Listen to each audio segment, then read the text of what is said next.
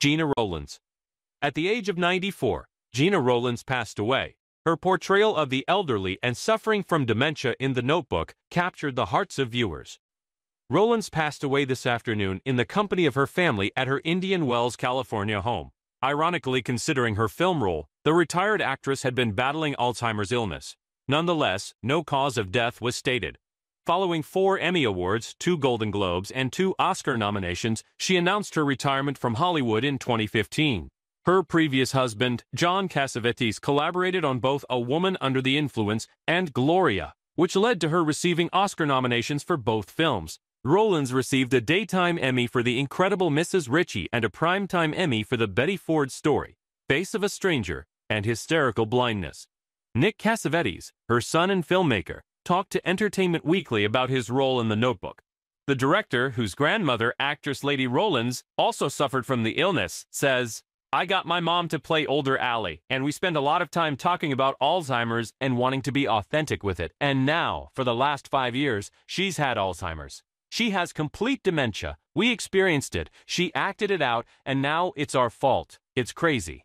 Rowland, who was up in Cambria, Wisconsin, relocated to New York City and made her Broadway debut in The 7-Year Itch. She later toured the country in a version of the play. She co-starred with Edward G. Robinson in the Broadway production of Middle of the Night in 1956. Rowlands guest starred on numerous TV anthology programs in addition to co-starring in the 26-episode syndicated TV series Top Secret. Later, she often appeared as a guest on numerous popular TV programs. Rowlands made her television debut in 1959 in the Western series Laramie. She then co-starred in the detective series Johnny Staccato with her husband, John Cassavetes. In the 1958 picture The High Cost of Living, Rowlands made her screen debut. Together, Rowlands and Cassavetes produced 10 films, including the Best Actress nominated 1974 picture A Woman Under the Influence and the Best Actress nominated 1980 picture Gloria. From April 9, 1954, until his passing on February 3, 1989, Rowlands was wed to him. Robert, her spouse, and their 3 children, Nick, Alexandra, and Zoe Cassavetes, are among the survivors.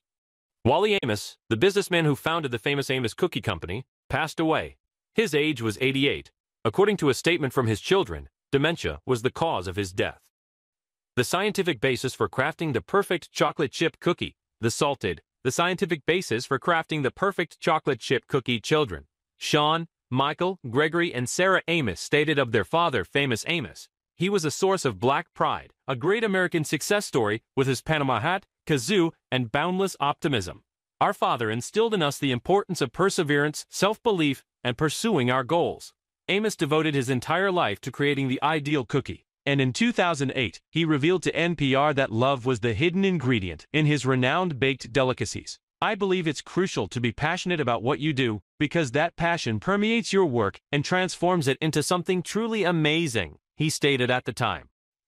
The concept for Famous Amos began in 1975 as a brick-and-mortar cookie shop in Los Angeles, even though the majority of people today will only connect the brand with the yellow box cookies that line the snack aisle of grocery stores. His aunt's handmade recipe proved to be a hit, resulting in a significant increase in sales. But in the end, Amos sold the business due to diminishing revenues in the late 1980s. Later on, he relocated to Hawaii, where he would carry on creating his well-known pastries. According to the family, Amos passed away quietly at home with Carol, his wife, by his side. Rather than sending flowers, they proposed that people make a donation to the Alzheimer's Association in his honor. "We also know that if you had a chocolate chip cookie today, he would adore it."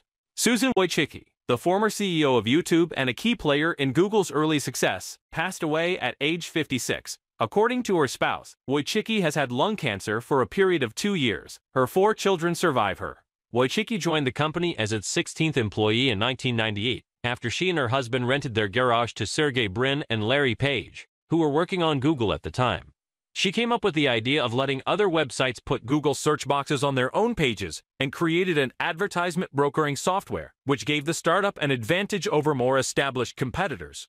Pushing for Google to acquire YouTube in 2006, she rose to the position of CEO 8 years later, turning the video platform into a more than $30 billion business through advertising and subscriptions, while juggling a number of contentious legal and moderating disputes. The Wall Street Journal stated that Wojcicki, rarely the loudest voice in the room, developed a reputation as perhaps the most important Google employee few people heard of outside of the company's walls.